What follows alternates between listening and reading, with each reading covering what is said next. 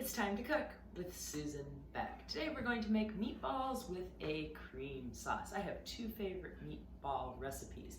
My other one I posted a while back, and I'll put the link below. That one is a meatball that I really like with a marinara sauce and to serve with spaghetti. And this one here is going to have a cream sauce made out of cream of chicken soup and sour cream. And we'll spice that up a little with some nutmeg. I have here almost 2 pounds, about 1.75 pounds. I can go anywhere from 1.5 pounds to 2 pounds of meat, and I have hamburger and I have sausage here today. I have also made this with ground venison. I do like the combination of two kinds of meat whenever I'm making meatballs, and the same with meatloaf. Speaking of meatloaf, my stovetop stuffing meatloaf is a huge hit with all my friends and family, and I'll post that link as well. Let's look at all our ingredients.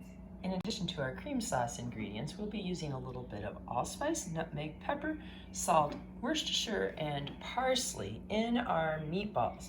We'll add in some chopped onion that has been diced up small, an egg, some breadcrumbs. Today I have panko breadcrumbs, but a lot of times I just use regular breadcrumbs, and a little bit of milk to help bind it all together.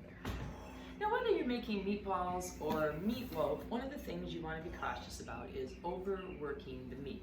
We do want this meat to, mix together when I've got a combination of pork and ground beef. So we do need to do some mixing, but we want to be very gentle with it. So I'm just kind of breaking it into some clumps right now, and I'll do the rest of the mixing as I add in my ingredients. Now, something about meatloaf and meatballs, just mixing it with your hands is really a great way to get it all mixed together. You can use a wooden spoon if you don't want to do that, but if you've got clean hands, just dig right in.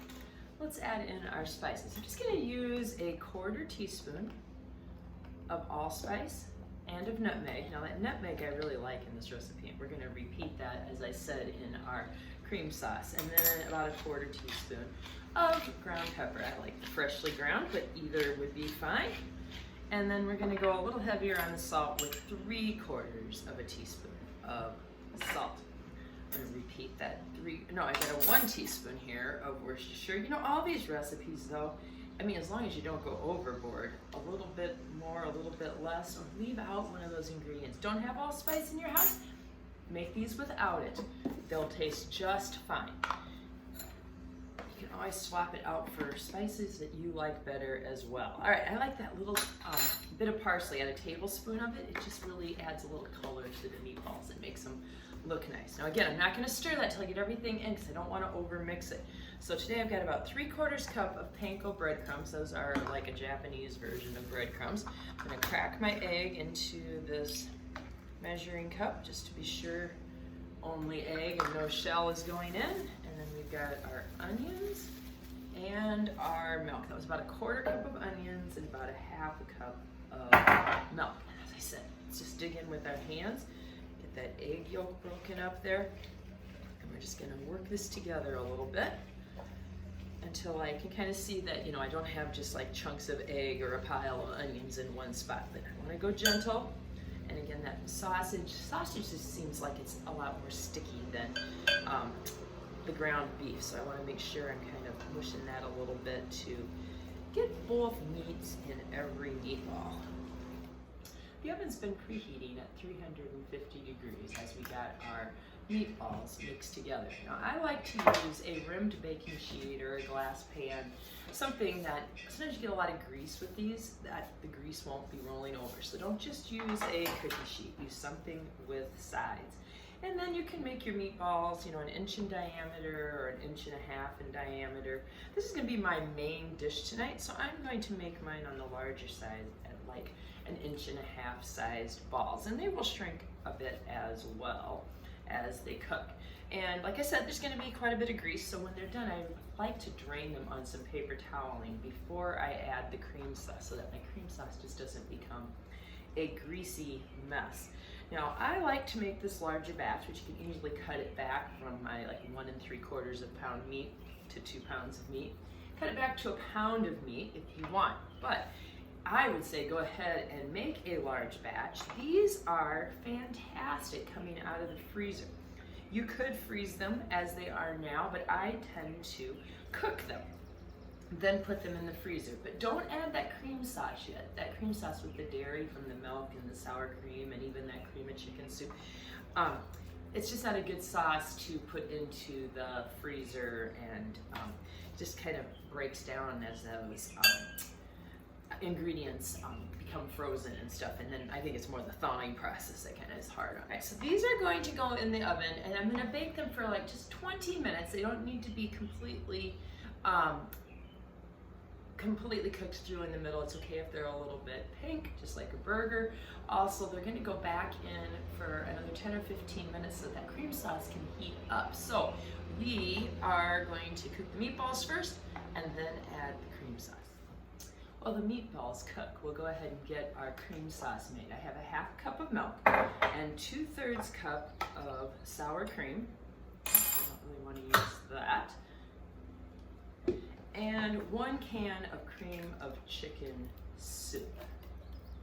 And this is going to get stirred together with a little bit of nutmeg. Again, another 1/4 teaspoon of nutmeg.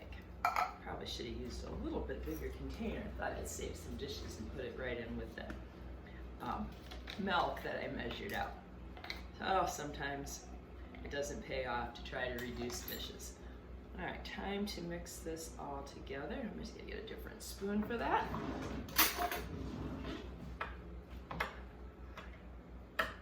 Put it into a saucepan so that we can just lightly heat it.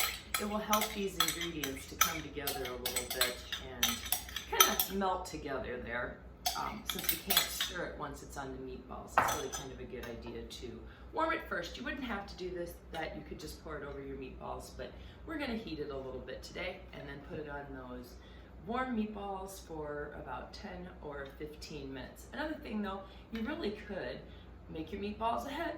Like I said, even freeze them and then just add the sauce later. It just might take a slightly bit longer time to get them up to eating temperature.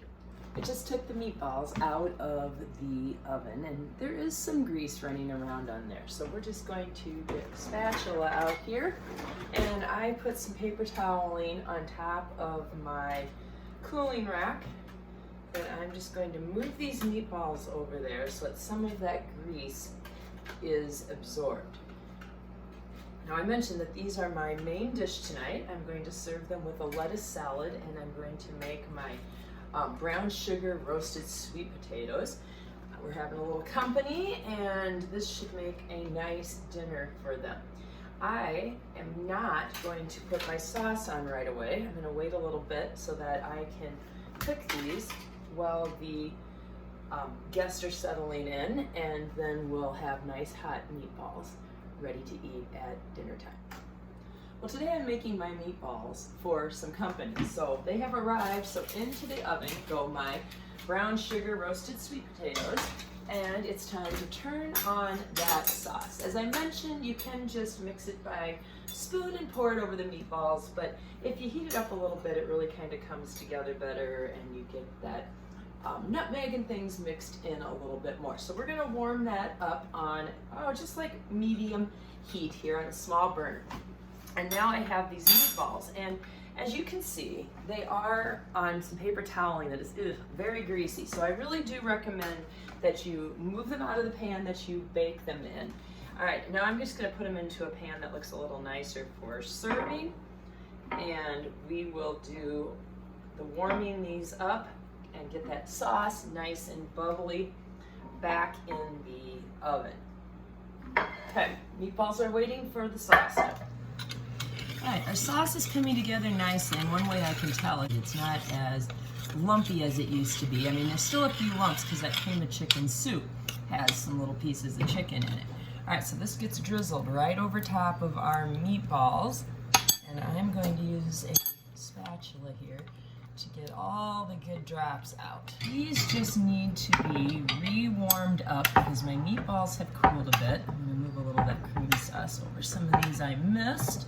All right, so this can go right in with my sweet potatoes, and while they finish cooking, my meatballs will warm up and we'll be ready for dinner. Well, it's time to try the meatballs with this creamy sauce made with sour cream and cream of chicken soup. It's just nice, light, delicate sauce. A nice change from everything else being marinara. Just that little hint of nutmeg in the sauce and the meatballs just gives it a very, very nice flavor. So, meatballs in cream sauce, served with sweet potatoes.